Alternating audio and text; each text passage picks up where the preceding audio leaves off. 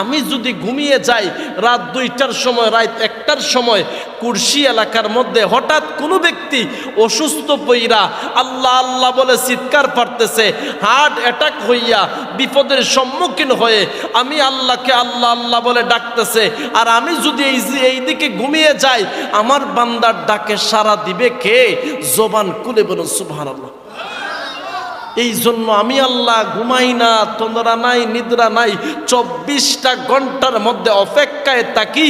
আর কোরআনের মধ্যে ঘোষণা দিলাম, উদউনি আস্তাজিব লাকুম, বান্দা আমার কাছে চা, আমি আল্লাহ দেওয়ার জন্য 24টা ঘন্টারে বান্দা তোমারে ডাকতে থাকি। বান্দা আমারে ডাক, আমারে ডাক, আমার কাছে দোয়া কর, আমি আল্লাহ তোরে দেওয়ার জন্য অপেক্ষায় রয়ে গেলাম। চিৎকার দিয়ে বল আল্লাহু আকবার। তোমাকে যদি বলি হেদায়েতের আলো জেলে নিয় কাছে তুলি, ঠাই দিও গো প্রভু তুমি দয়াময়, তুমি রহমান, তুমি মেঘের বান, তুমি রহমান, তুমি মেঘের বান। জবান খুলে বলুন বান্দার প্রতি একজন দয়াবানকে। মুনাফিক দিয়ে সমাজ কায়েম করতে চাই না, একজন ইমানদার আল্লাহর প্রেমিক, রাসূলের প্রেমিক, ওলিয়া উলিয়ার আদর্শ ইমানওয়ালা দিয়া সমাজ কায়েম করতে চাই। ডান হাত তুলে বলেন ঠিক কিনা? বাতাস আমারে আর সামন দিকে নিয়ে যাইও না রে, এই জায়গার মধ্যে নিচের মধ্যে কে জানি সুবহানাল্লাহর আওয়াজ দিয়েছে, ওই মানুষটারে আমি একটা নজর দেখতে চাই। আল্লাহর পয়গম্বর সুলাইমান বাতাসে আদেশ করে ঘুরাইয়া অজ্ঞান হয়ে পড়ে গেছে। অবাক কাণ্ড দেইকা আল্লাহর পয়গম্বর সুলাইমান মুহূর্তের ভিতরে যুবকটারে ডাক দেয়া কোন যুবক রে, এই জায়গার মধ্যে সুবহানাল্লাহর আওয়াজকে দিয়েছে। যুবকে কয় আল্লাহর পয়গম্বর, আমি যখন তাকাইয়া দেখলাম একটা মানুষ মুহূর্তের ভিতরে উপরের মধ্যে বাতাসে উড়াইয়া নিয়ে যাচ্ছে, আমার জবান বন্ধ রাখতে পারি নাই গো, আমার জবান দিয়ে বের হয়ে গেছে সুবহানাল্লাহ।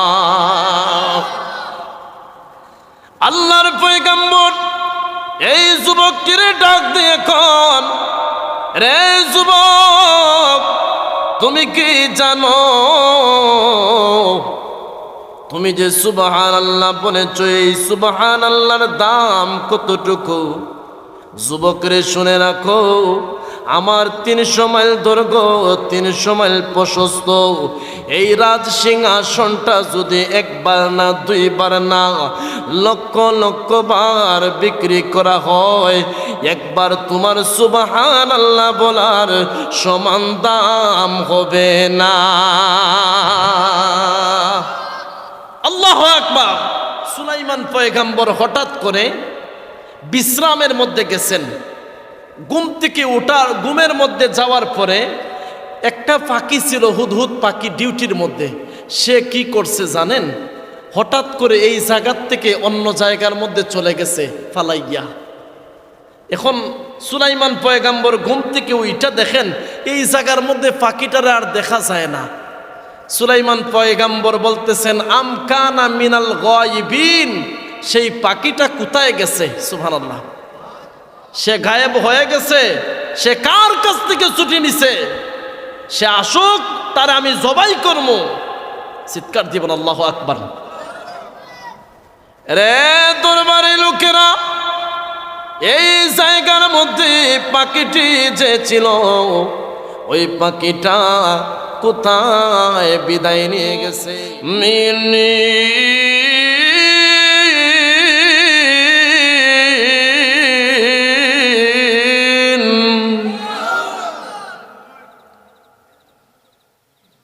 তেলাওয়াত শুনতে ভালো লাগে আপনাদের? যারা দাঁড়াই রয়েছেন তাদের ভালো লাগে না?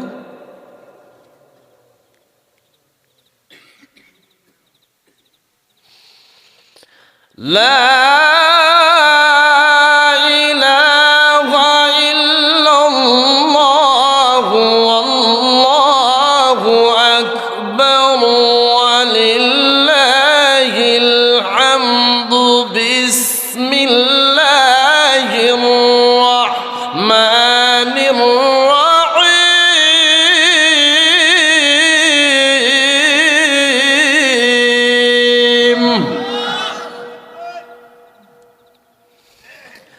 كلا بل تكذبون بالدين وإن عليكم لحافظين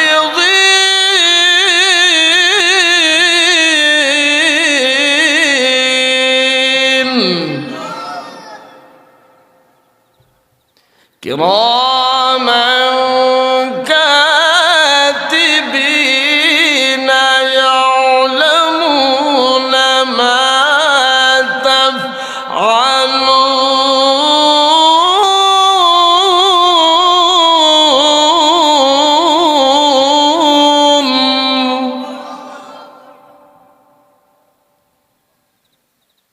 صدق الله العظيم وصدق رسوله النبي الحبيب الكريم ونحن على ذلك من الشاهدين والشاكرين والحمد لله رب العالمين.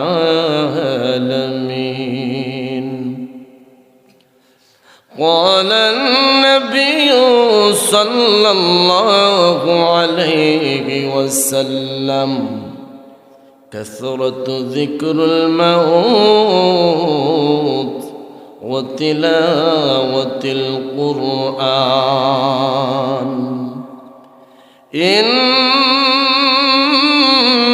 الله وملائكته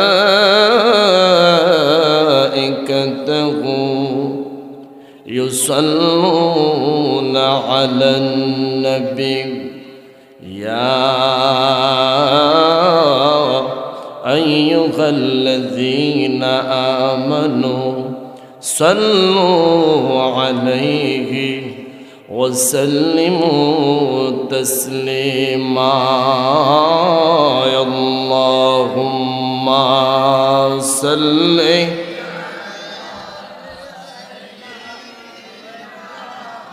مولانا محمد وعلى آله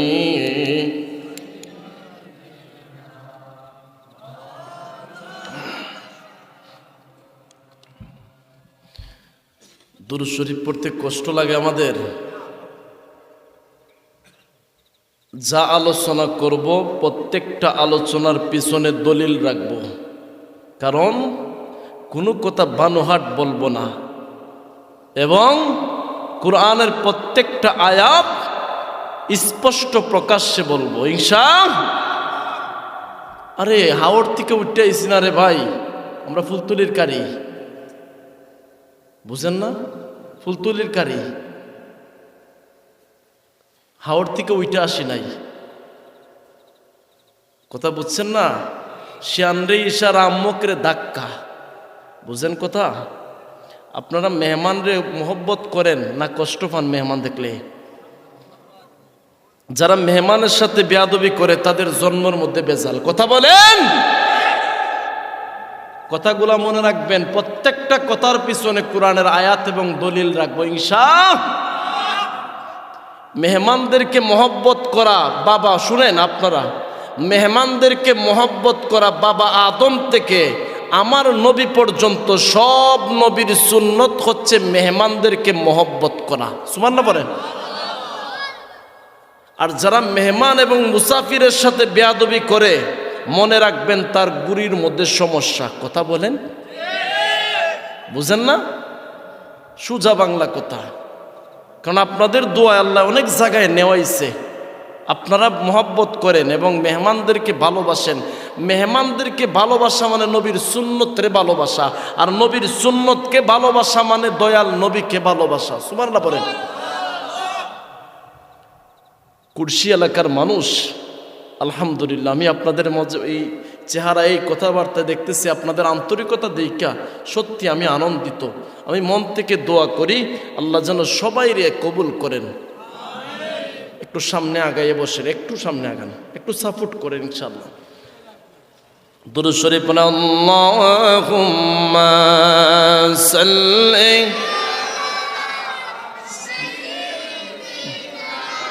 মাওলানা মুহাম্মদ আলা আলিহি।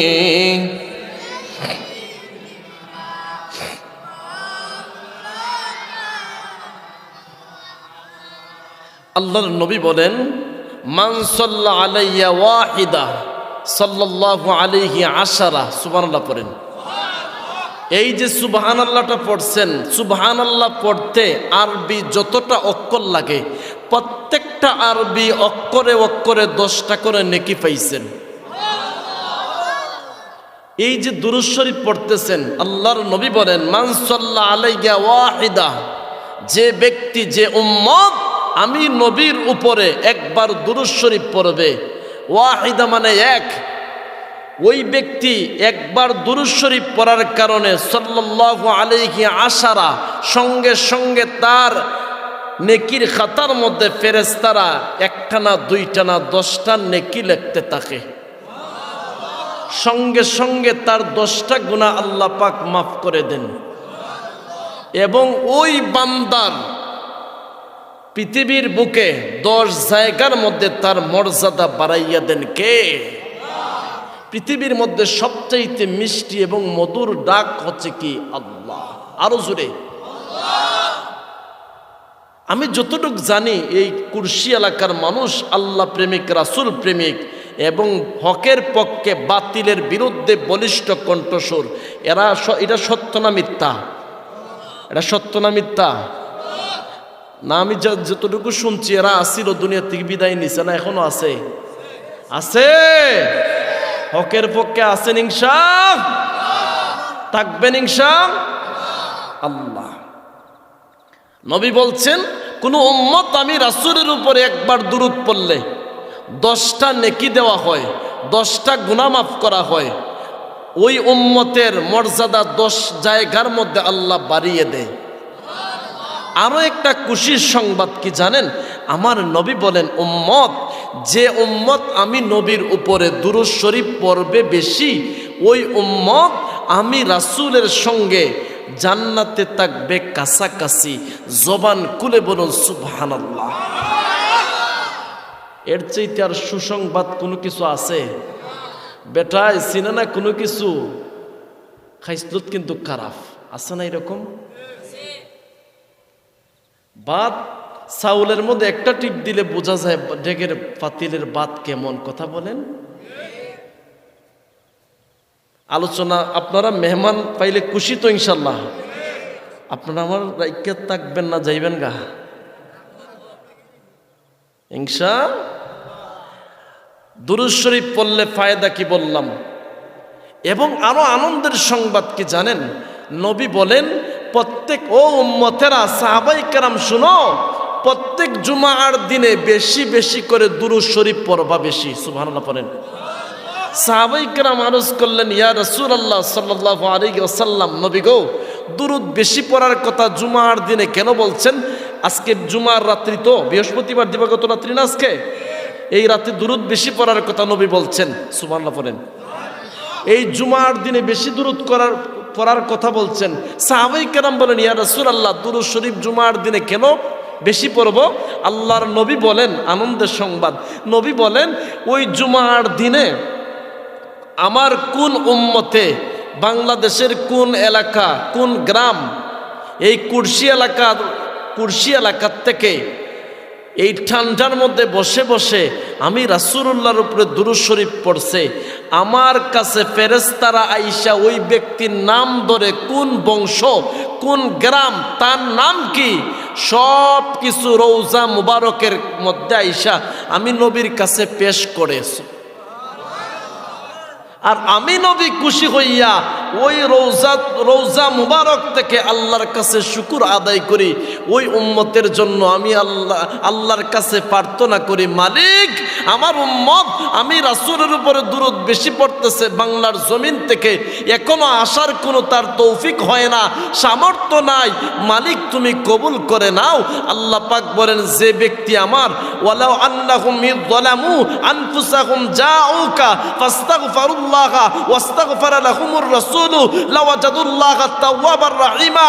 চিৎকার দিয়ে বলেন আল্লাহু আকবার, আমার আল্লাহু আকবার, ইয়া রাসূলুল্লাহ জিন্দাবাদ জিন্দাবাদ।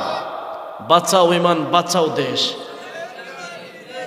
কথাগুলো শুনে রাখেন, আমার রাসূল, আমার আল্লাহ কোরআনের মধ্যে বলছেন, ওয়ালাউ আন্নাহুম যালামু, যারা নিজের উপরে জুলুম করছো, আনফুসাহুম, নফসের উপরে, যাও আমার নবীর দরবারে যাও, লাওয়াজাদুল্লাহ, আমি আল্লাহর কাছে তাওয়াবার রহিমা, তওবা করো, আমার বন্ধুরে সামনে রাইকা, আমার বন্ধুরে কাছে রাইকা, আমার বন্ধুর উসিলা চাইয়া, আমি আল্লাহ গফুর, আমি আল্লাহ রহমান, আমি আল্লাহ দয়ালু, আমার বন্ধুর উসিলায় আমি তোমার গোটা জিন্দেগির গুনাহ মাফ করে দিয়ে রে বান্দা, জান্নাত তোমার জন্য উপহার হিসাবে পরকালে রাইকা দিমু। ঘোষণা কার? কষ্ট হইতেছে আপনাদের? বেটা চিনা না কোনো কিছু, কয় হুজুর তেলাওয়াত যেমন কিরকম কিরকম লাগে, বেটা তোরে ফরাইবার মতো আল্লাহ এই তৌফিক দিছে, বাংলাদেশ তো তা ভারত হাজার হাজার মানুষের সামনে কথা বলি, কথা বলেন, মেহমান সম্মান করা শিখে নাই, এরকম কিছু আছে না পাবলিক? একটা ঘটনা আনমো, কোরআনের প্রত্যেকটা ঘটনা বলবো কোরআনের দলিল ভিত্তিক ইনশাআল্লাহ। আরে শাহজালালের পূর্ণভূমির মুসলমান, আপনারা শুনে রাখেন, ভারত উপমহাদেশ তথা বাংলাদেশ পর্যন্ত যখন ইসলাম বেশে আসে নাই, ওই সময় 360 আউলিয়ারা এসে ইসলামের দাওয়াত দিয়েছেন, কথা বলেন ঠিক কিনা? এরপরে যখন আজকে সিলেটের মুসলমান কেন হকের পক্ষে থাকে এবং তাকবীরের ধ্বনি কেন বেশি দেয়, কারণ আছে, এই তাকবীর তারা 360 আউলিয়ার আদর্শের মধ্যে শিখছে, এই জন্য তাকবীর বেশি বেশি করে দেয়। তাই হাত তুলে বলেন ঠিক কিনা?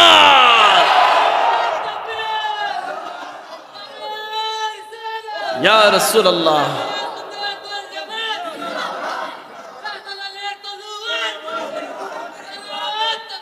আল্লাহু আকবার। ও মুসলমান শুনে রাখেন, যখন এই 360 আউলিয়ারা সিলেটের পূর্ণভূমির মধ্যে আগমন করলেন, ইন্টিমিট টাইমে এই কুফর, এই বেঈমান কাফের গর্গোবিন্দ সঙ্গে সঙ্গে নদীর রাস্তা বন্ধ করছে, রাস্তার গাড়ি ঘোড়া সব বন্ধ করে দিল, আল্লাহর ওলিদের বিরুদ্ধে পায়তারা শুরু করলো। ইন্টিমিট টাইমে 360 আউলিয়ারা নদী পথ পার হয়েছেন জায়নামাজ বিছাইয়া, চিৎকার দিয়ে বলেন আল্লাহু আকবার। এরপরে যখন আরো ষড়যন্ত্র করতে লাগলো, আল্লাহর ওলিরা ইন্তিমিন টাইমে ইমানে জজবা নিয়ে আল্লাহু আকবারের ধ্বনি দিতে দেরি হয়, গর্গোবিন্দরের মূর্তিগুলা আল্লাহু আকবারের ধ্বনিতে ব্যঙ্গে তৎপর হয়ে গেছে, ধিক্কার দিবেন ঠিক কিনা? এই মুসলমান আজকে আছে না নাই? এটা 360 আউলিয়ার জমিনের মুসলমান, এটা কোনো বাতিল বেঈমানের কোনো টাই হতে পারে? এবার আসেন আলোচনার মধ্যে ঢুকে যাব ইনশাআল্লাহ। দরুদ পড়লে ভালো লাগে, কারণ নবীরে যে ভালোবাসে বেশি, যারে যে বেশি ভালোবাসে তার কথা বেশি মাতে, কথা কোন? আমরা নবীরে বেশি ভালোবাসি, এই জন্য নবীর দুরুদ বেশি পড়ি, মারহাবা বলেন। আর নবীর দুরুদ ছাড়া কোনো আমল কবুল হয়? ঘোষণা কার? আল্লাহ বলেন, বান্দা তুমি যতই দোয়া করো, যতই তাসবিহ, যতই ইবাদত করো, যদি আমার বন্ধুর দুরুদ না পড়ো, ওই প্রথম আসমানে ধাক্কা লাইগা জমিনে পড়বো, আমি আল্লাহর কাছে এই দোয়া কবুল হবে না, হবে না। চিৎকার দিবেন আল্লাহু আকবার। আমরা দুরূদ শরীফ পড়তে চাই। কষ্ট পাইতেছেন আপনারা? আলোচনা তো শুরু করি নাই, আলোচনা শুরু করব। যেই তো আপনাদের কথাবার্তা এবং চেহারা দেখে বুঝতে পারছি আলহামদুলিল্লাহ সবই আশিকে রাসূল। আলহামদুলিল্লাহ। দুরূদ শরীফ আল্লাহুম্মা সাল্লি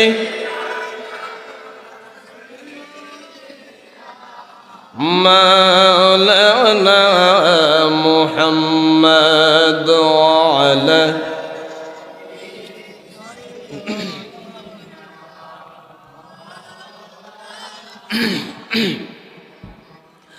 আপন আপন কর বান্দা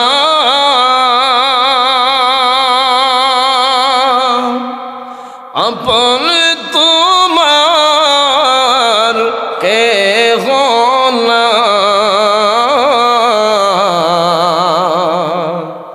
তোমার আমার আপন যিনি তিনি সোনার মদিনা আল্লাহুম্মা সাল্লি মাশাআল্লাহ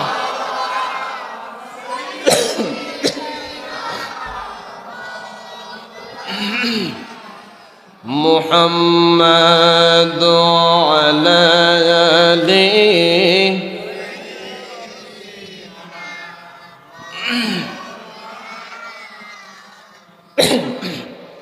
ওরে যারে বাংলার হাওয়া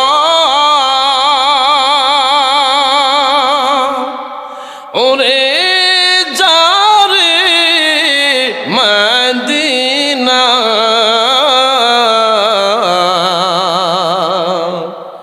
এই গোলামদের সালাম দিও হাবিবের পাক রওয়াজায় আল্লাহুম্মা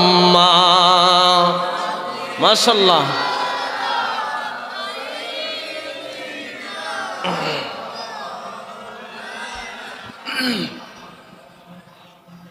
وعلى آل سيدنا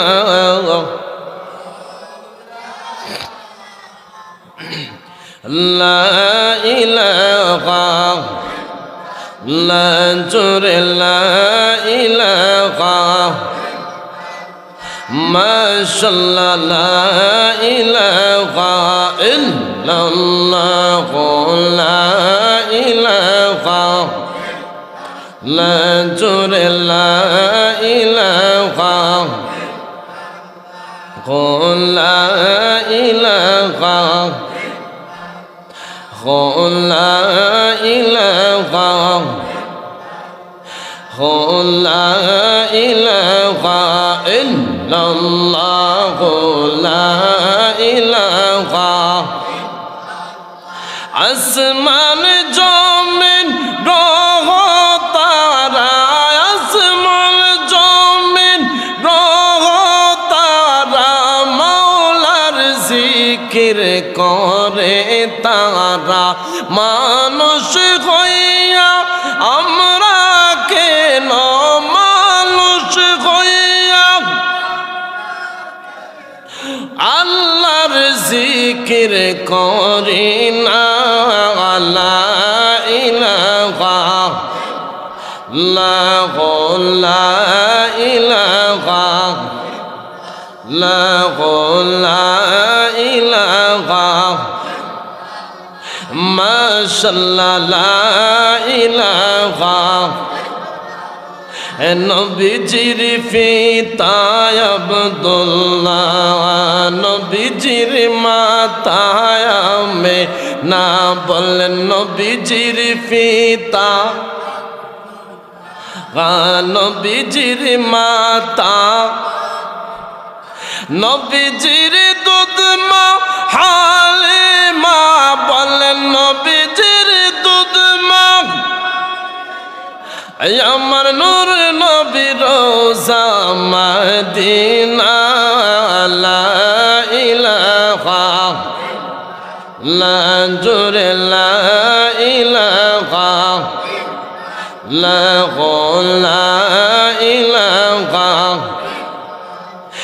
কেল মাওলার প্রেম কেলা মরার আগে মরণ বালা কেল মাওলার প্রেম কেলা মরার আগে মরণ বালা হায়র জিন্দা তাকতে মরতে পারলে জিন্দা তাকতে মরতে পারলে বুঝিবে তোর মরণ জালা লা ইলাহা লা জোরে লা ইলাহা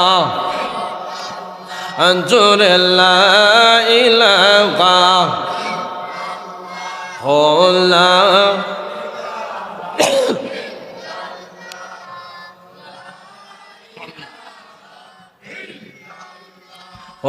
লা ইলাহা লা ইলাহা আমরা কুরশি মাহফিলে এসেছি নবীর দুরূদ জবান পড়তেছি আমরা কুরশি মাহফিলে এসেছি নবীর দুরূদ জবান পড়তেছি আল্লাহ তোমার জিকির করতেছি মাওলা তোমার জিকির করতেছি কবুল করো মাওলা হে লাগি লা ইলাহা লা ইলাহা জোরে লা ইলাহা লা ইলাহা ইল্লাল্লাহু মুহাম্মাদুর রাসূলুল্লাহ সাল্লাল্লাহু আলাইহি ওয়াসাল্লাম।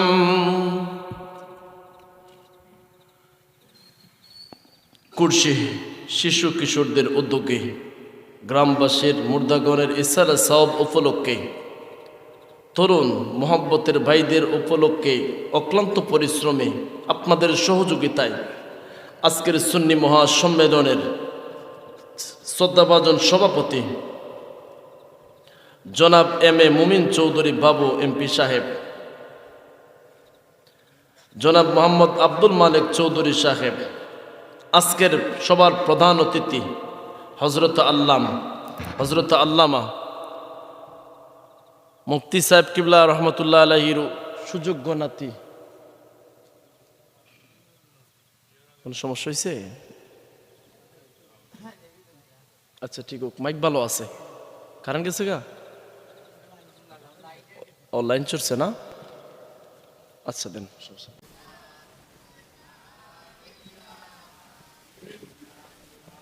আজকের সবার প্রধান অতিথি হজরত হজরত মাওলানা রিদওয়ান আহমদ চৌধুরী সাহেব,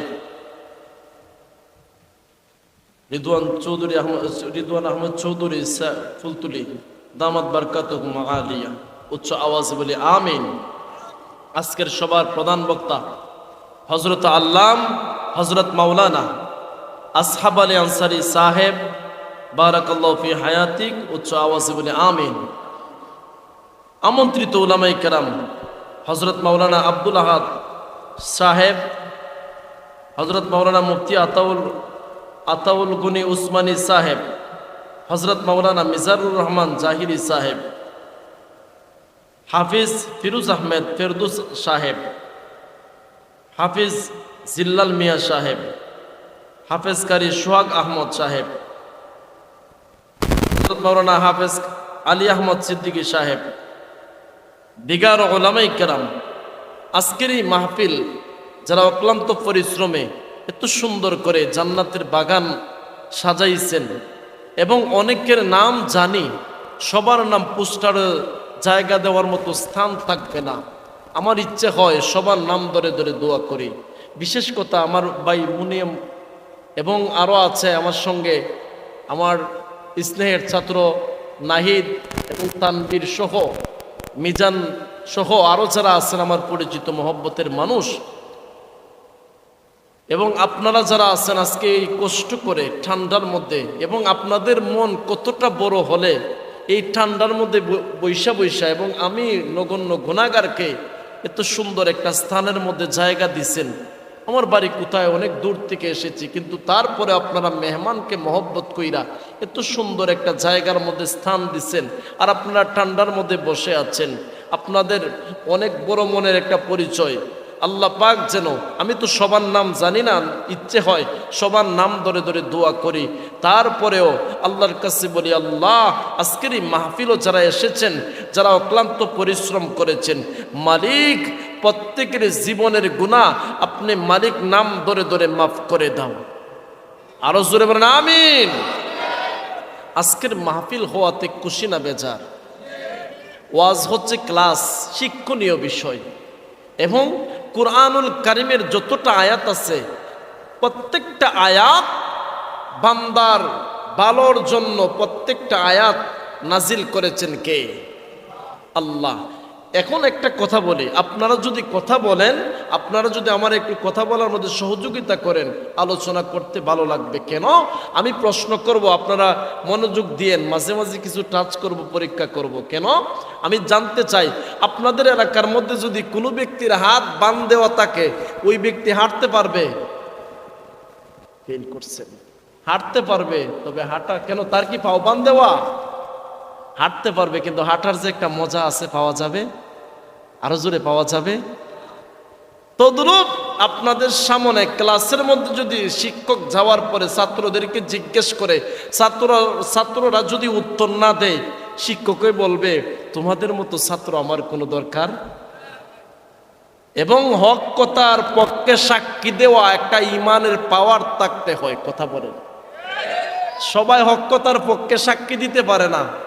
আগে মানুষ মিথ্যা কথা বলতে ভয় পাইতো, আর এখন মানুষ সত্য কথা বলতে ভয় পায়, মাইর খাইব। আয় কথা বলেন। আগে মানুষ মিথ্যা বলতে ভয় পাইতো, গুনাহ হবে, আর এখন মানুষ সত্য কথা বলতে ভয় পায়। আগে মানুষ মুরব্বী এবং শিক্ষকদেরকে দেখতে ভয় পাইতো,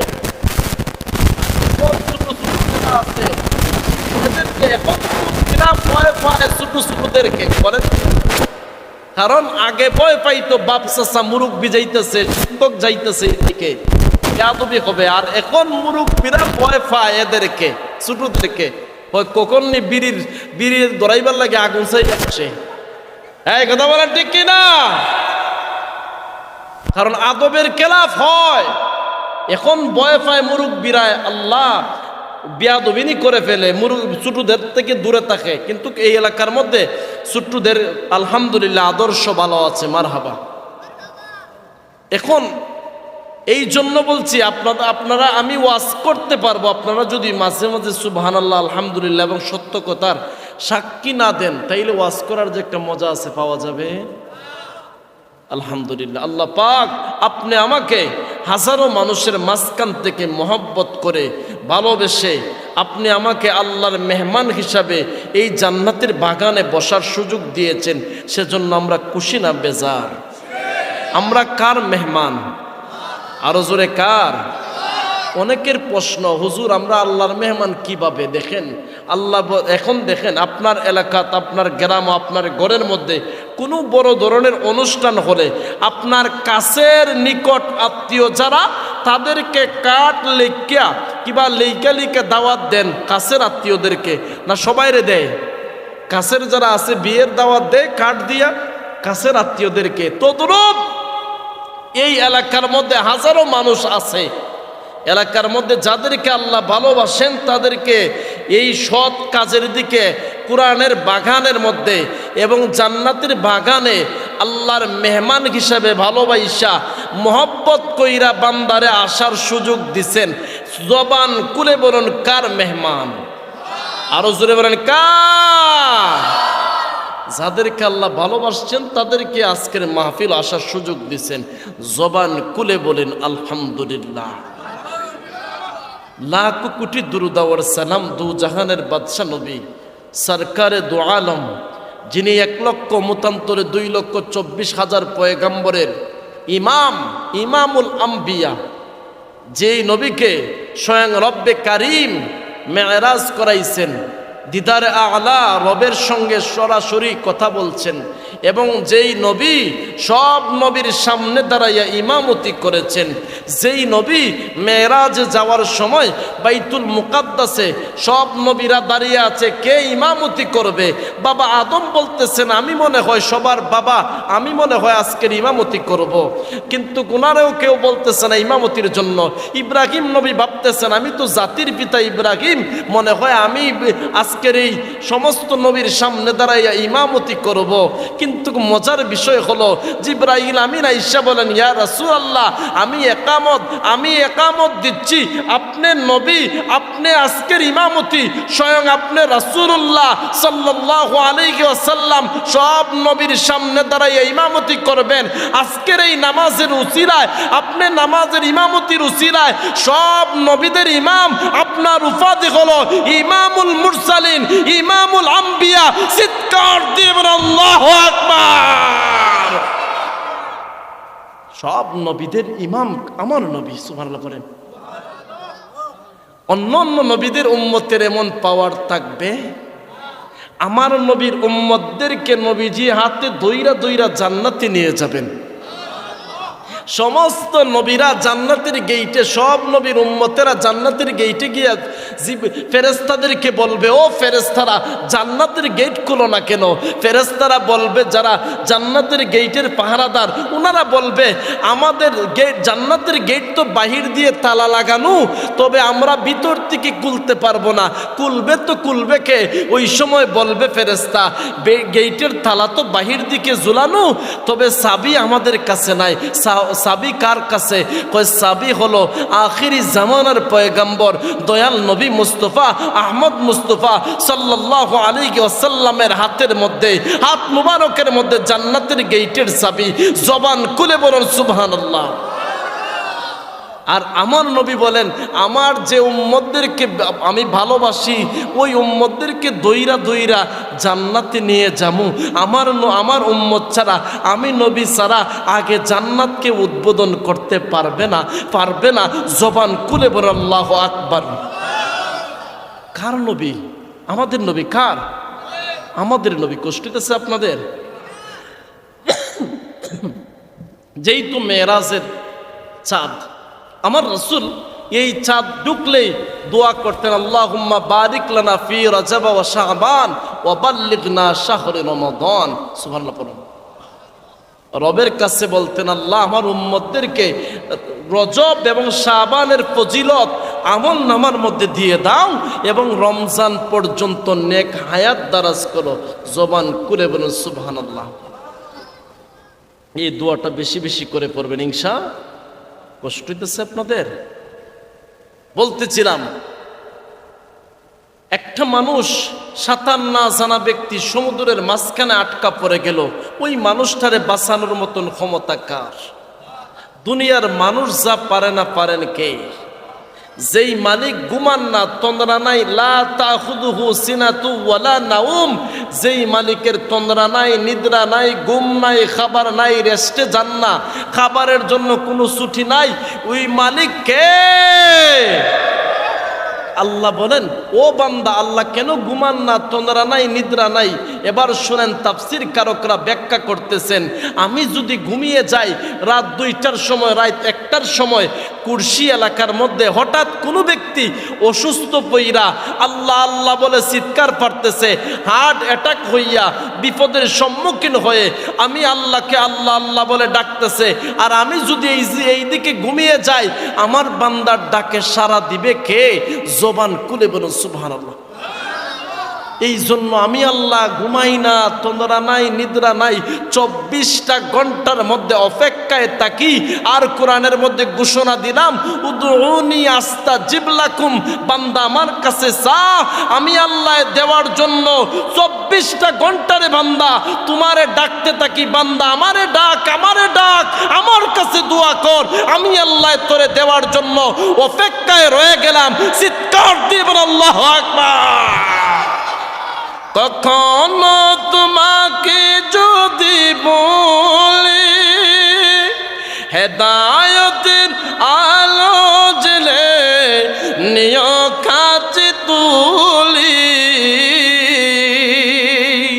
ঠাই দিও গো প্রভু তুমি দয়াময়, তুমি রহমান, তুমি মেহেরবান, তুমি রহমান, তুমি মেহেরবান। জবান খুলে বলুন বান্দার প্রতি একজন দয়াবানকে। আল্লাহ রব বলেন বান্দা আমি ঘুমাই না। এবার আসেন কুরআনের কয়েকটা আয়াত তেলাওয়াত করেছি, সেই আয়াতের শানে নুজুল এবং এই আয়াত কোন প্রেক্ষাপটে নাজিল হয়েছে, সেই আয়াতের কারণ কি। আমরা জানি এই পৃথিবীর মধ্যে আল্লাহ রব্বুল আলামিন ৬০ জন ব্যক্তি দ্বারা সমাজরে পরিচালনা, গোটা পৃথিবী শাসন করাইছিলেন, পরিচালনা করাইছেন কয়জন দ্বারা? ২ জন ইমানদার আর ২ জন কাফের। ইমানদারেরা সমাজের মধ্যে রবের পক্ষ থেকে রবের কথা সমাজের মানুষের ন্যায় নীতিভাবে সমাজ পরিচালনা করছেন, সুবহানাল্লাহ পড়েন। আর কাফেররা সমাজটার মধ্যে মানুষদেরকে জুলুম করছে, নির্যাতন করছে। ওই সময় নির্যাতন ছিল, এখন আসেনি? এখন আছে? এখন নাই না? এখন জুলুম করে? এখন আসিটা ২ জন ইমানদার আর ২ জন কাফের। ইমানদারের মধ্যে যারা ছিলেন, একজন হচ্ছেন বাদশাহ আবার পয়গাম্বর, যার সম্পর্কে কুরআনের একটা সূরা নাজিল হয়েছে। সূরার নাম হচ্ছে সূরাতুন নামল, সুবহানাল্লাহ পড়েন। এই সূরার নামল অর্থ হচ্ছে পিপিলিকার নাম। আল্লাহ কুরআনের মধ্যে গাভীর নাম দিয়েও সূরা কি করছেন? নাজিল করছেন। আবার পিপিলিকার নাম দিয়েও সূরা নাজিল করছেন। আবার লাস্টে নাস মানুষের নাম দিয়েও সূরা নাজিল করছেন, সুবহানাল্লাহ পড়েন। আমার কথায় কষ্ট পান আপনারা? তবে আপনাদের চেহারা দেখে বুঝতেছি আলহামদুলিল্লাহ সবার মন উদার মনের মানুষ আপনারা, মারহাবা বলেন। এবং প্রত্যেকটা চেহারার মধ্যে মদিনার রাসূলের মহব্বত দেখা যাচ্ছে। চিৎকার দিয়ে বলুন সুবহানাল্লাহ। আল্লাহ পাক কোরআনটা হচ্ছে আপনি আমার জন্য একটা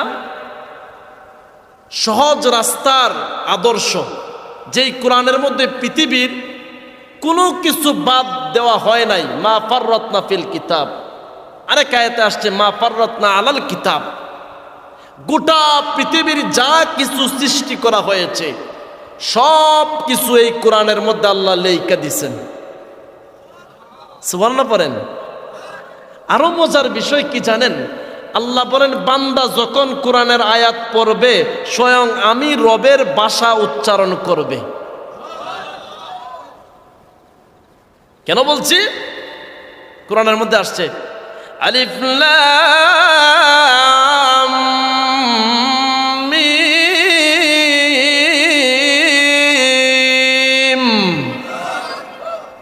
এখানে কয়টা অক্ষর? আরো জোরে শব্দ, আরো জোরে শব্দ। একটা অক্ষর, একটা শব্দ উচ্চারণ কইরা আমল নামার খাতার মধ্যে 30টা নেকি পাইছেন। আমরা নেকির দরকার। আরো একটা মজার বিষয় বলি, আমাদের ফান্ড হচ্ছে কয়টা? 2টা। একটা হচ্ছে দুনিয়ার টাকার ফান্ড, টাকা ছাড়া আপনার আর্থিক অবস্থা সচ্ছল ছাড়া আপনার সমাজের মানুষও দাম দিতে চায়। কথা বলেন। তার মানে বোঝা যায় দুনিয়ার ফান্ড কতদিনের? 60 বছর 70 বছরের ক্ষণস্থায়ী জিন্দিগি। এই জিন্দিগির জন্য রে বাপ কত কিছু করতেছে। কেউ একজন আরেকজনে মারতেছে, কেউ জমির লাইল কাটতেছে, কেউ কাউরে বিপদে ফালাইয়া মিথ্যা সাক্ষী দিয়া টাকা রোজগার করতেছে, কেউ টাকা আত্মসাৎ কইরা মাইরা খাইতেছে, বাইয়ের হক মাইরা খাইতেছে। এরকম আছে না নাই? জিন্দিগি কয়দিনের? 60-70 বছর। এবার আরেকটা কথা বলি, বাচ্চান আপনারা যতদিন, কেউ 50, কেউ 30, কেউ 40, কেউ 10 বছর। এখন নিজে নিজে ভাবনা করেন আজকের সময়টা কতটুকু কাজের মধ্যে লাগাইতেছেন। দেখেন, আল্লাহ জিজ্ঞেস করবে, বান্দা তোমার জীবনে যে হায়াত দিছিলাম, সময় দিছিলাম, কোন কাজে ব্যয় করছো?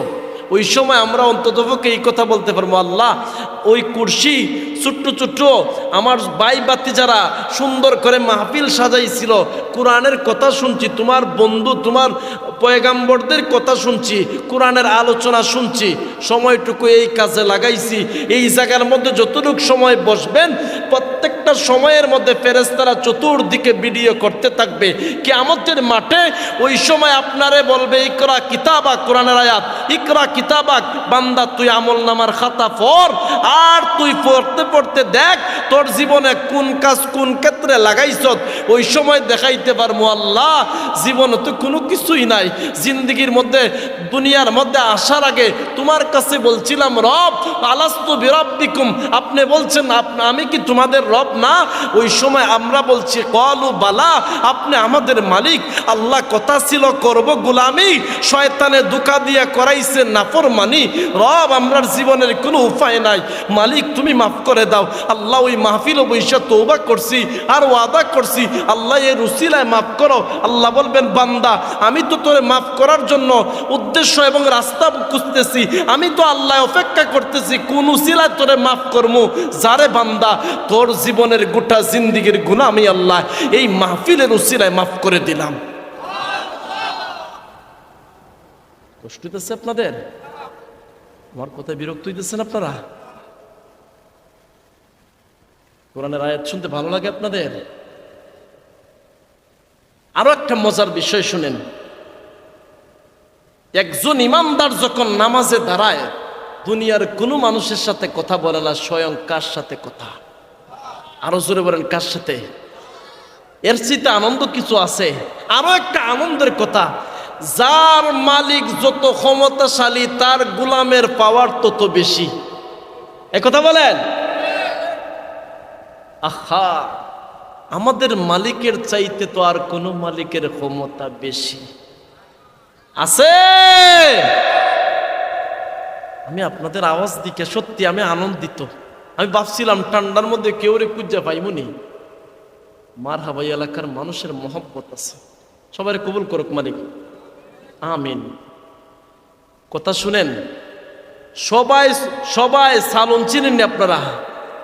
সবাই সালনের মধ্যে টিকে না, আর দামি জিনিস রাস্তাঘাটে যে কোনো জায়গায় পাওয়া যায় না, আর দামি মানুষ হাজার হাজার জন প্রয়োজন হয় না। শিয়ালের বাচ্চা 100টার দরকার নাই, একটা বাঘের বাচ্চাই দরকার। 1000টা মুনাফিক দিয়ে সমাজ কায়েম করতে চাই না, একজন ইমানদার আল্লাহর প্রেমিক, রাসূলের প্রেমিক, ওলিয়া উলিয়ার আদর্শ ইমানওয়ালা দিয়া সমাজ কায়েম করতে চাই। ডান হাত তুলে বলেন ঠিক কিনা?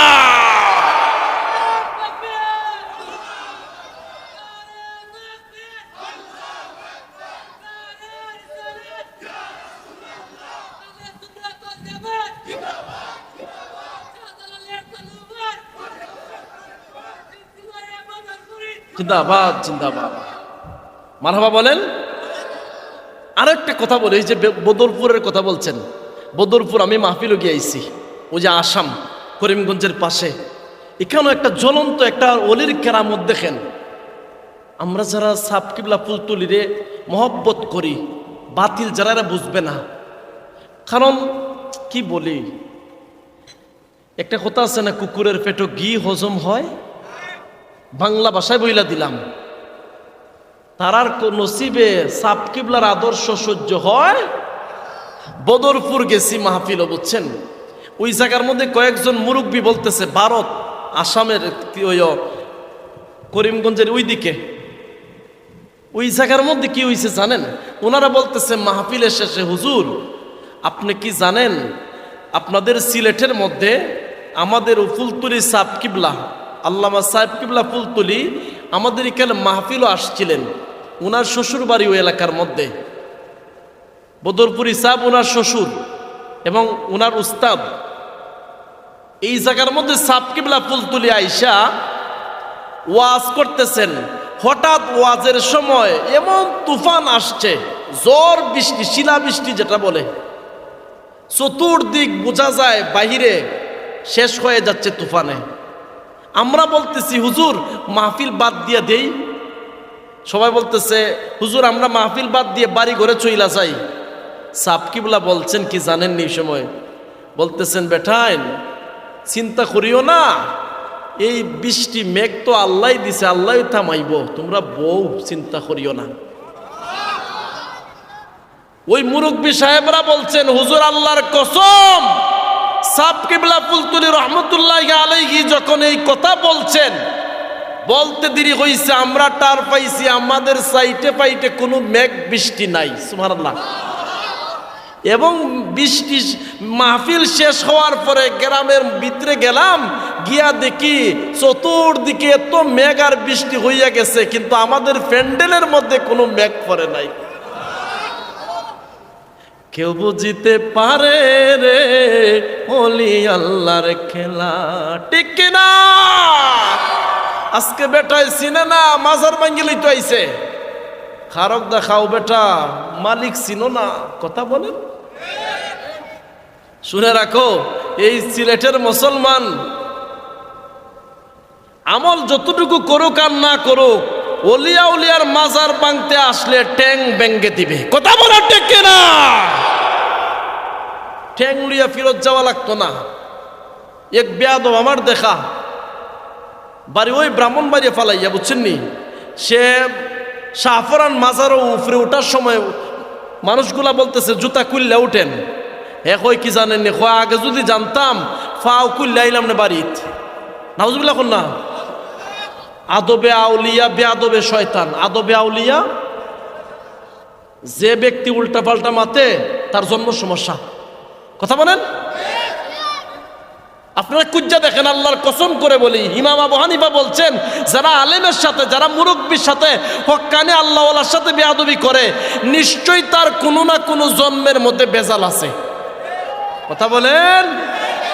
যদি জন্ম বেজাল না হয়, ওই ব্যক্তি কোনোদিন ওলিয়া উলিয়ার সাথে, নবীদের সাথে, পয়গম্বরের সাথে, আউলিয়া কেরামের সাথে, মুরব্বিদের সাথে বেয়াদবি করতে পারে না, কথা বলেন ঠিক কিনা? তার সমস্যা ওই কেন, এর লাগিয়ে উল্টা পাল্টা করে, কথা বল না, নিজেরে পণ্ডিত ভাবে আর কি। কিন্তু মূলত তিন রাস্তার মুখ দাঁড় করাই দেখেন, এরে পাগল ছাড়া কেউ হয় না, কথা কন না। এবার আসেন, বলছিলাম ওই জায়গার মধ্যে এই অবস্থাটা হয়েছে। আমি উল্লাহ ভাবলাম আল্লাহু আকবার, আল্লাহর ওলির জ্বলন্ত কেরামত, কেরামাতুন হাক্কুন, ওলিয়া উলিয়ার কেরামত হক এবং সত্য। ওলিয়া উলিয়ার সাথে মহব্বত করলে ফায়দা কি? ওলিয়া উলিয়া নেককার আউলিয়াগণ, আল্লাহর ওলিরা যখন কোনো এলাকার মধ্যে নেক দৃষ্টি দিয়ে তাকায়, ওই এলাকাটা স্বর্ণে রূপান্তরিত হয়ে যায়। আর যদি কোনো এলাকার মধ্যে রাগের মেজাজ নিয়া তাকায়, ওই এলাকা ধ্বংস হয়ে যায়, কথা বলেন। আজকে সিলেট এত দামি হয়ে গেছে, সিলেটের মানুষে বাহিরে ডিস্ট্রিক্টে গেলে এত সম্মান দেয়, বিশ্বাস করেন। চট্টগ্রামের মধ্যে যান, আপনি কুমিল্লা যান, যশোর যান, কুষ্টিয়া যান, দেখবেন যখন শুনছে সিলেটের মানুষ, আপনি সঙ্গে সঙ্গে সম্মান দিয়ে বলে চেয়ারা আপনি আসেন, চেয়ারের মধ্যে আপনি বসেন, আপনি উপরে বসেন, আপনি 360টা উলিয়ার এলাকার মানুষ, সুবহানাল্লাহ, কেমন সম্মান। এবার আসেন, বলতেছিলাম জমিনের মধ্যে 4 জন ব্যক্তি দিয়ে সমাজ পরিচালনা করছেন। এর মধ্যে 2 জন ইমানদার, 2 জন কাফের। ইমানদাররা সমাজ পরিচালনা করছেন, আর কাফেররা সমাজে জুলুম করছে, নাউজুবিল্লাহ পড়েন। এবার ওই ইমানদারের মধ্যে একজন পয়গাম্বর, যিনি বাদশাহ আবার নবী, সূরা নামলের মধ্যে ওনার এই আলোচনা আসছে, যার নাম হচ্ছে, যিনি হচ্ছেন দাউদ আলাইহিস সালাতু ওয়াস সালামের 19তম সন্তান। যার নাম হচ্ছে সুলাইমান পয়গাম্বর। জবান খুলে বলুন সুবহানাল্লাহ।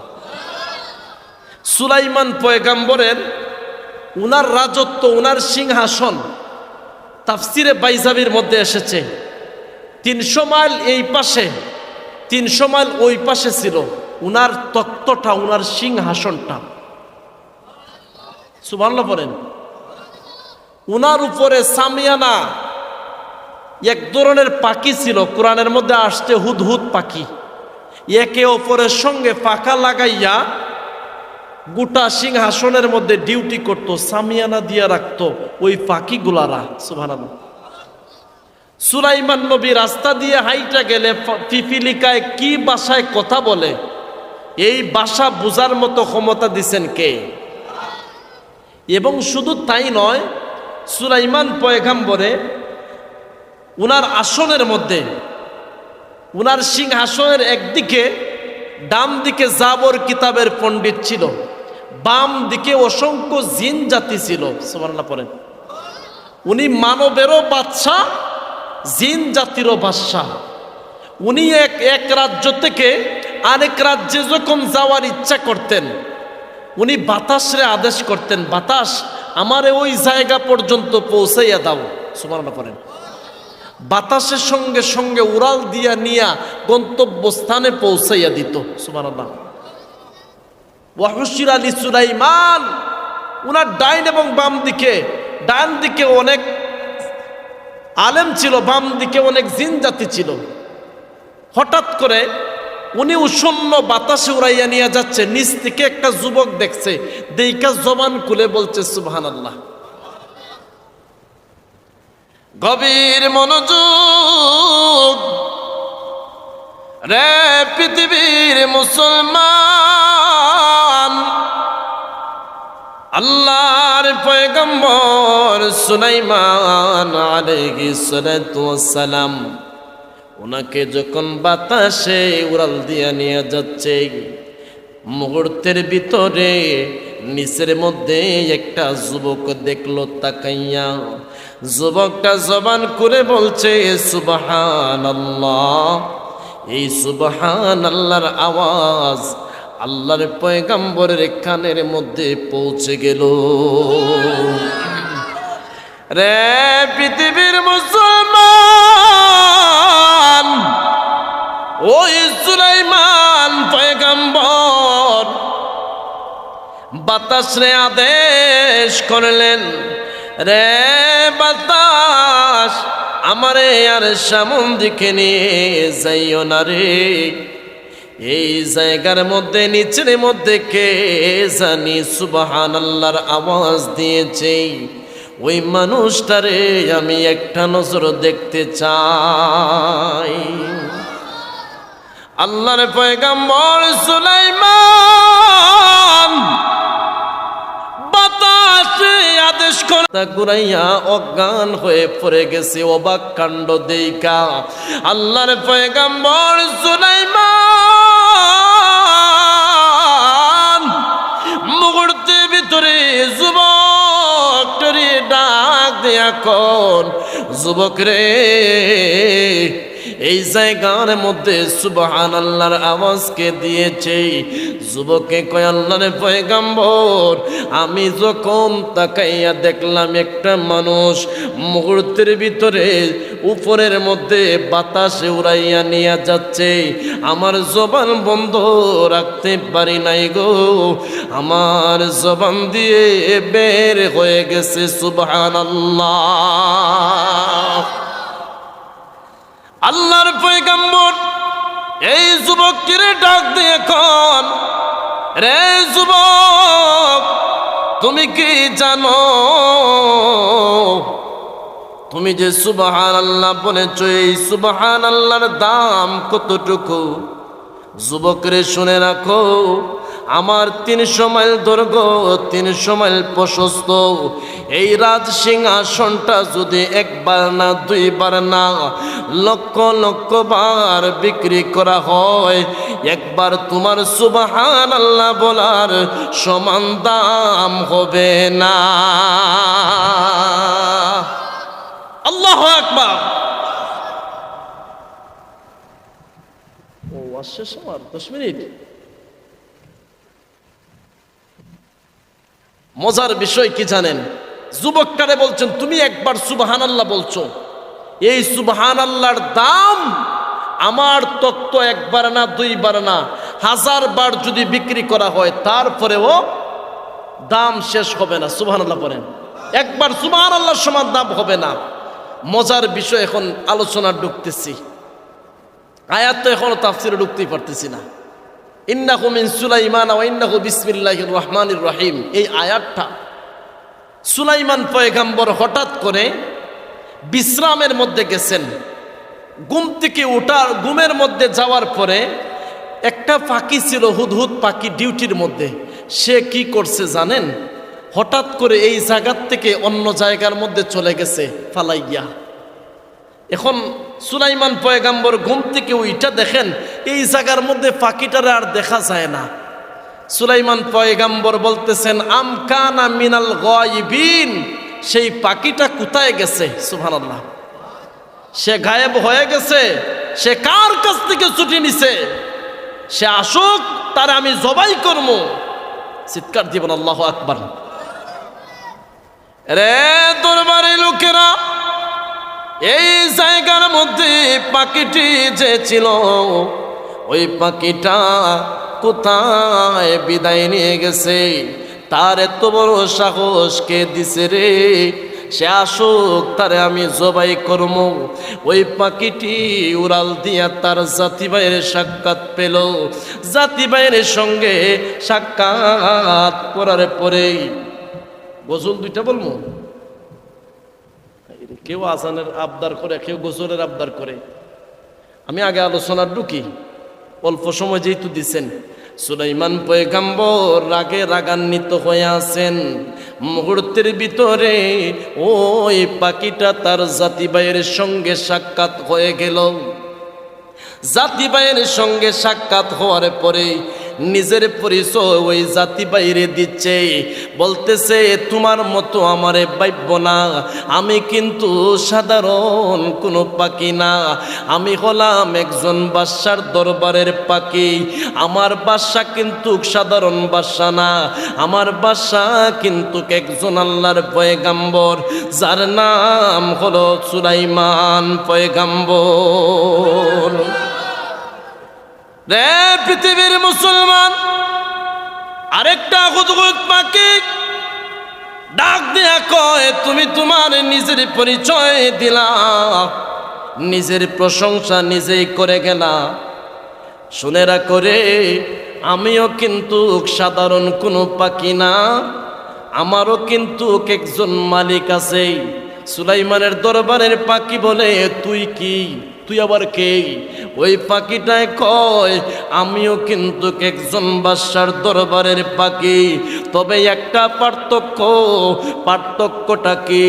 কয় তোমার বাদশা হলো পুরুষ মানুষ, আর আমার বাদশা হলো একজন মহিলা মানুষ, যার নাম হলো রানী বিলকিস, যার সিংহাসন হলো সাবা শহরে।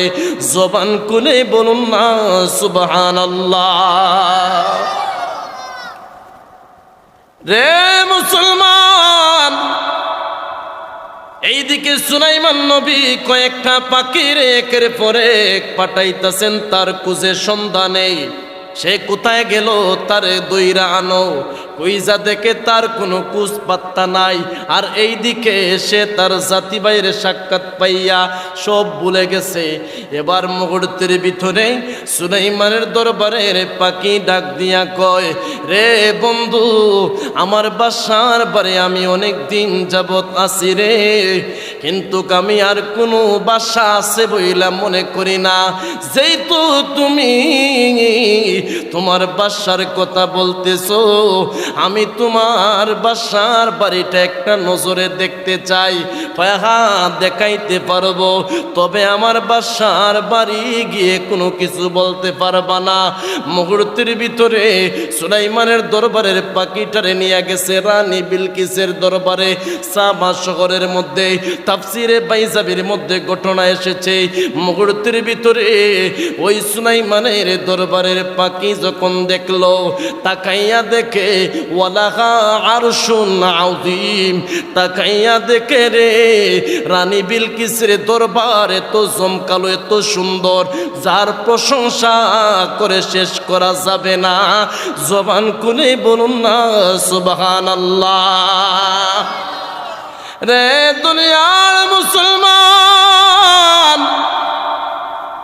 সুলাইমানের দরবারের পাখি তাকাইয়া দেখে রে সব কিছু তার ভালো লাগছে, তবে একটা জিনিস ভালো লাগে নাই। কারণ সুলাইমানের দরবারের সমস্ত কর্মচারীরা রবের গোলামি করে, আর এইদিকে রানী বিলকিসের দরবারের সব শূন্য শূন্য কর্মচারীরা তারা রবরে চিনে না। সবাই মিলে মিশে এক আল্লাহরে চিনতে পারে না। তারা সূর্যের পূজা করে, দেবদেবীর পূজা করে। তারা হলো কাফের এবং মুশরিক। জবান খুলে বলুন না নাউযু বিল্লাহ। এইদিকে সুলাইমান নবী পাখি একের পরে এক পাঠাইতেছেন, তার সন্ধান পাওয়া যায় না। আরেক দল পাখি দেখে সে পাখনা মাইরা মাইরা আসতেছে। আয়েশা জিজ্ঞাসা করে, তুমি কোথায় থেকে এসেছো? তুমি কার কাছ থেকে ছুটি নিয়ে গেলা রে? তোমার কিন্তু বিচার আছে। ওই পাখি কয়, হুজুরে কি বলছে? তোমরা কেন আসছো? কয় তুমি মিয়া ফালাইয়া আইছো, তোমারে নেওয়ার লাগিয়ে আইছি। কয় হুজুর কোনো কিছু বলছেননি? কয় না বলে নাই, বলছে তোরে জবাই দিবে। আর কোনো কিছু বলছেননি? কোরআনের আয়াতের মধ্যে এসেছে, বলছে তুমি যদি উচিত কারণ দেখাইতে পারো, প্রমাণ যদি করতে পারো, তাহলে তোমারে মাফ করে দেওয়া হবে। জবান খুলে বলুন না সুবহানাল্লাহ। রে পৃথিবীর মুসলমান, সুলাইমানের দরবারের মধ্যে পাখিটারে দইরা আনার পরে রে সুলাইমান সঙ্গে সঙ্গে ওই পাখির চুটের মধ্যে টান দিয়া ডাক দিয়ে বলতেছেন, রে পাখি, তোমার সাহস তো কম হয় নাই। কোথায় গেছিলা পালায়ন করে? তোমারে জবাই করব। এবার জবান খুলে বলবেন সবাই একসাথে আল্লাহু আকবার। পাখিটা ডাক দিয়া কয়, হুজুর, আমারে আপনি জবাই করতে পারবেন না গো। কারণ কেন জানেননি? কয় কেন জবাই করতে পারবো না? কয় জবাই করার কাজ হলো খোসাইর, আর মাফ করার ক্ষমতা হলো মালিকের। হুজুর, আপনি হলেন একজন বাদশাহ, আপনি আমার মালিক, আমি আপনার গোলাম। শুনে রাখেন গো, গোলামে বারবার ভুল করবে, আর মালিক তার গোলাম রে মাফ করে দিবে। সুলাইমান পয়গম্বর কোন, তুমি এত সুন্দর কথাগুলি কোথায় থেকে শিখেছো? কয় হুজুর, আপনার দরবার থেকে তো শিখলাম। সুলাইমান নবীর অন্তর খুশি হয়ে গেছে। এবার বলো তুমি কোথায় গেছিলা? কয় হুজুর, আমি এমন এক জায়গার মধ্যে গেছি গো, আপনি শুনলে অবাক হয়ে যাবেন।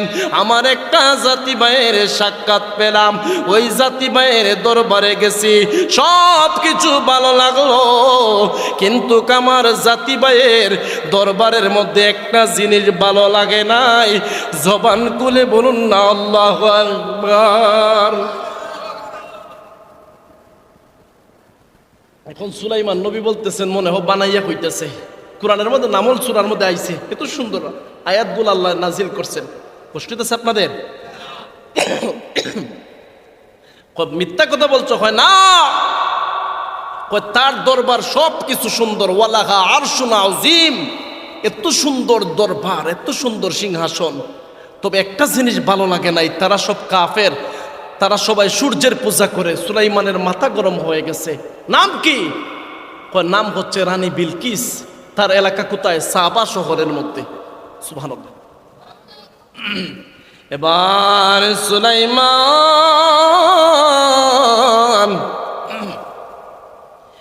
ওই রানী বিলকিসের কথা শোনার পরে একটা চিঠি লিখলেন। চিঠির মধ্যে লেখা, ইন্নাহু মিন সুলাইমান ওয়া ইন্নাহু বিসমিল্লাহির রহমানির রহিম। রে পাখি, ওই চিঠিটি তুই রানী বিলকিসের কাছে দিবি, দেওয়ার পরে তুই পলায়ন করে আসবি না, আড়াল থেকে বসে বসে শুনবারে রানীর লোকেরা কি আমার বিরুদ্ধে ফয়সালা নেই। গোয়েন্দা, সুবহানাল্লাহ।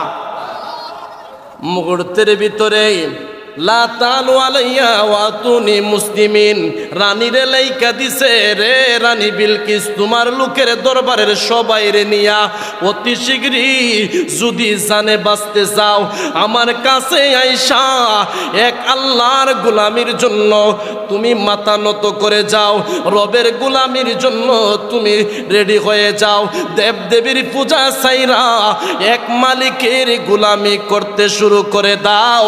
জবান খুলে বলুন না সুবহানাল্লাহ। সাধারণ কোন চিঠি। এখন এই ফাঁকি কি করছে জানেননি? টুঠের মধ্যে নিয়ে সাবা শহর ঢুকছে, ডুইকা দেখে রানী বিলকিসের সিংহাসনে সবাই ঘুমাই রইছে, রানীও তার আন্দর মহলে ঘুমাইতেছে। সুবহানাল্লাহ পড়েন। তাফসিরে বাইজাবির ঘটনা। এবার কি হইছে জানেন? রানী বিলকিসের মেইন রুমে ঢুকতে 60টা দরজা কুইলা ঢুকতে হয়। সুবহানাল্লাহ পড়েন। এবার যখন হুজুরে নিয়ে আসেন, সমস্যা নাই ভাই, লেখা লাগতো না, লেখা লাগবে না, জান, সমস্যা নাই, আমার কোনো প্রবলেম নাই। এবার গিয়া দেখে রানী বিলকিস 7টা গেট অতিক্রম, প্রথম গেট কুইলা ঢুকতে পারছে, দ্বিতীয় তৃতীয় কইরা 7 নাম্বার গেট কুইলা দেখে রানী ঘুমাইতেছে। রানীর পাশে কি করছে? চিঠিটা দিয়া ওই হুদহুদ পাখি আড়ালের মধ্যে বইসা রইছে। সুবহানাল্লাহ। কেন বইসা রইছে? দেখে তারাই কি ফয়সালা বিরুদ্ধে নেয় আমাদের হুজুরের। সুবহানাল্লাহ। এখন রানী ওইটা দেখে একটা চিঠি লেখা, কি হুমকি দেওয়া। হুমকি কেমন হুমকি জানেননি? বাপ দাদার ধর্ম ত্যাগ কইরা মুসলমান, লা তাআলু আলাইয়া ওয়াতুনি মুসলিমিন, কোরআনের আয়াত। হে রানী বিলকিস, যদি জানে বাঁচতে চাও তুমি কি করো? আইসা মুসলমান হো, সিলিন্ডার হো আমার কাছে আইসা। এক দেশের রাজা আর এক দেশের রাজারে সরাসরি কি হুমকি। জবান খুলে বলে সুবহানাল্লাহ। এখন মজার বিষয়, রানী বিলকিস ডাক দিছে, রে দরবারের লোকেরা, তোমরা কে কোথায় আছো? আমার এই জায়গার মধ্যে 7টা গেট ঢুইকা কে চিঠিটা দিছে? রানী বিলকিসের দরবারের সব লোকেরা অবাক হয়ে গেছে। কই চিঠির মধ্যে লেখা কি? কই চিঠির মধ্যে লেখা, ইন্নাহু মিন সুলাইমান ওয়া ইন্নাহু বিসমিল্লাহির রহমানির রহিম। দাউদ নবীর 19তম সন্তান, যার নাম নাকি সুলাইমান, উনি নাকি বাদশাহ আবার পয়গাম্বরও। কি বলছে হুজুর বলেন? কয় বলছে, লা তাআলু আলাইয়া ওয়াতুনি মুসলিমিন, আমরা যেন আমাদের ধর্ম ত্যাগ করে তাদের ধর্ম যেন আমরা গ্রহণ করে নেই। এত বড় সাহস কার হয়েছে? এই চিঠিটা এই জায়গার মধ্যে পৌঁছাইয়া দিছে। জবান খুলে বলুন না সুবহানাল্লাহ। এবার মজার বিষয় দেখেন, সুলাইমানের দরবারের লোকের ক্ষমতা বেশি। কিতাবের মধ্যে এসেছে তৎকালীন 1000 মানুষের সঙ্গে ওই রানী বিলকিসের দলের একটা মানুষ যুদ্ধ করার মতো ক্ষমতা পাওয়ার ছিল। সুবহানাল্লাহ। রানী বিলকিসের দরবারের লোকেরা কয়, হুজুর আপনি আদেশ করেন, সুলাইমানের ঘরদুয়ার সিংহাসন সবগুলা ব্যঙ্গে তছনছ করে দিব। আজ থেকে হাজার হাজার বছর আগে রানী মহিলা মানুষ হয়েও একটা কথা বলছে, ডাক দিয়া কয়, রে দরবারের লোকেরা, তোমরা বেশি লাফালাফি কইরো না। যেই জাতি বেশি লাফায় ওই জাতি মার খাইয়া ঘরের মধ্যে আগে বসে। দেখছেন কেমন বুঝছে? আগে আমার দেখতে দেও, উনি নবী না পয়গাম্বর, নবী নাকি বাদশাহ? যদি বাদশাহ হয় যুদ্ধ কর্ম, আমাদের সাথে যুদ্ধ করে টিকতে পারতো না। আর যদি নবী হয় আমরা মাফও চাই, দোয়াও চাই, কারণ নবীদের সঙ্গে দুনিয়ার মানুষ তাকুক বা না তাকুক, একজন আছেন জবান খুলে বলেন তিনি কে? আরো জোরে বলেন কে? এখন মজার বিষয়, সব শুনতাছে একটাই, জানেন নি কে? ফাঁকি। দেখি কি কি কয়। এক নাম্বার কয়েকটা টেস্ট দিমু, উনি দেখি নবী না পয়গাম্বর। কি করবেন? তোমরা 500 পুরুষ মহিলার কাপড় পরিধান করো, আর 500 নারী পুরুষের কাপড় পরিধান কইরা সুলাইমানের সামনে যাইবা। যদি চিনতে পারে রে তাহলে বুঝবো উনি নবী, না চিনতে পারলে আমরা বুঝবো উনি বাদশাহ। যদি বাদশাহ হয় তাহলে ওনার বিরুদ্ধে যুদ্ধ করব, আর নবী হইলে আমরা সবাই সিলিন্ডার করব। কারণ নবীদের সঙ্গে যুদ্ধ করে মাঠের মধ্যে টিকার মতন আমরা কখনো সম্ভব হবে না। জবান খুলে বলুন না সুবহানাল্লাহ। বাদ দিয়ে দিমো আলোচনা, হুজুর আনছেন নি, নিয়ে আসেন, সমস্যা নাই। আলোচনা করে শুরু করছিলাম, কটা বাজে? আমার তো আরো বালা, কম সময় করলে। এক নাম্বার শুনেন, এক নাম্বার কি জানেননি? 500 পুরুষে মহিলার কাপড় পিন্দাইছে, আর 500 মহিলারে পুরুষের কাপড়। এক নাম্বার পরীক্ষা। 2 নাম্বার পরীক্ষা, অল্প স্বর্ণ দিছে, ঘুষ। ওই সময় সুলাইমানের যুগ রানী বিলকিসে ঘুষ দিছিল, এখন ঘুষ আসেনি? আছে? মিষ্টি খাওয়ার লাগে কিছু দিলাও, মিষ্টি খাওয়ার লাগে 3 লাখ 4 লাখ। যদি বিরিয়ানি খাওয়ার লাগে চাইতো তো বেটা সপ্তাহ দিয়ে দিত। কথা বলেন, কয়টা দিছে পরীক্ষা? 3 নম্বর পরীক্ষা, একটা ডিবি দিছে কটোরা। যদি কুলতে পারে নবী, না কুলতে পারলে বাদশা। সুবহানাল্লাহ বলেন না। হুদহুদ পাখি উনতাছে, কই বেটা আমার বাদশা আমার হুজুরের বিরুদ্ধে তো ষড়যন্ত্র, সব কইয়া দিমু। সুবহানাল্লাহ কোন এ লড়াচড়ি করে না, লড়াচড়ি করলে তো জবাই দিব। রায় আড়ালের মধ্যে বইয়া রইছে। সুবহানাল্লাহ বলেন না। এখন পালা কি জানেন? এখন তারা রেডি আইতাছে, আর এই দিকে হুদহুদ পাখি কি করছে? লুকাইয়া বাদশার দরবারে উপস্থিত হয়ে গেছে আগে। সুবহানাল্লাহ পড়েন। আইয়া বলতেছে, হুজুর। সুলাইমান নবী জিজ্ঞাসা করলেন, রে পাখি কি হয়েছে বলো? অবস্থা বেশি ভালো না হুজুর, তারা মহিলা মানুষ খুব চালাক। কেমনে? শুনে রাখেন গো, ওরা 500 মহিলা পুরুষের জামা পড়ছে, 500 পুরুষ মহিলার জামা পড়ছে। জবানটা খুলে বলুন, এই সমাজে কিছু মানুষ আছে, কিছু মহিলা আছে বেড়া মানুষ হইতে চায়। কথা কন। আর কিছু পুরুষ আছে মহিলার মতো খানে দুল হাতে এরকম এরকম ভাব লয়। কথা কন। রে পৃথিবীর মুসলমান,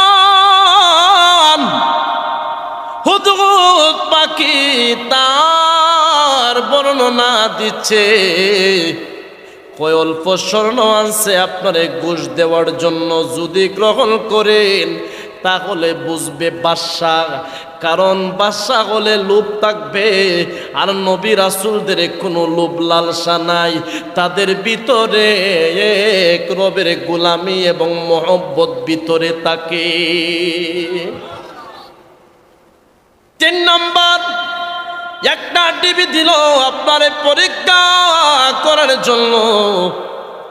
যদি এটা খুলতে পারেন তাহলে নবী, না খুলতে পারলে বাদশাহ।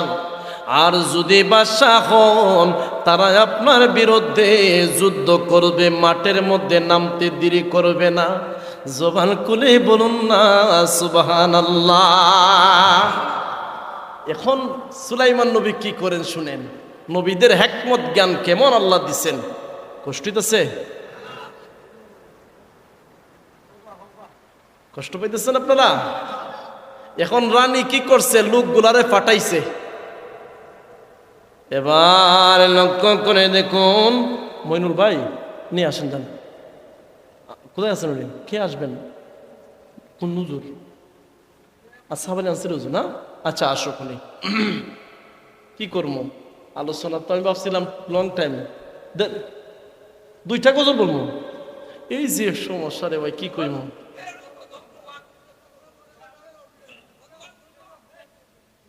গজল আবার আজান, কেউ গজল কেউ আজান, কি করবো? আচ্ছা, এখন শুনেন, আলোচনার মূল দিকে যাই। কষ্ট হইতেছে আপনাদের? আল্লাহু আল্লাহ আল্লাহু আল্লাহ আল্লাহু, নারে তাকবীর, নারে রিসালাত, আহলে সুন্নাত ওয়াল জামাত, আনসারী ভাইয়ের আগমন, ভাইয়ের আল্লাহ কবুল করুক, বলেন আমিন। ভাইজান আসেন, ঠান্ডা ভাই, কি করবেন? বসুন না, বসুন না, সবাই আসেন। ভালো আছেন হুজুর?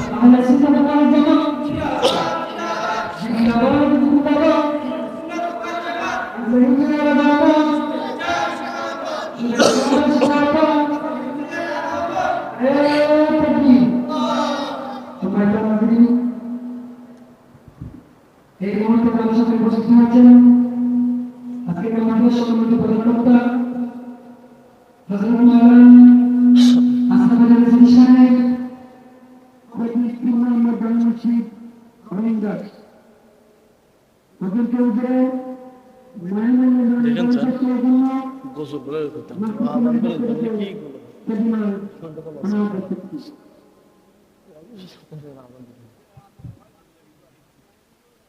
না, মাইক আলহামদুলিল্লাহ ভালো আছে। মারহাবা বলেন। আমার ভাইজানরে পাইছেন আর আমার আরেক হুজুরে পাইছেন, আপনারা আলোচনা শুনবেন মনোযোগ দিয়ে। কিরে ভাই, ঠিক করেন, সমস্যা না, মাইক ভালোই আছে, সত্যি মাইক ভালো, টানতেছে না গলা, মাইক ভালো ভাইজান।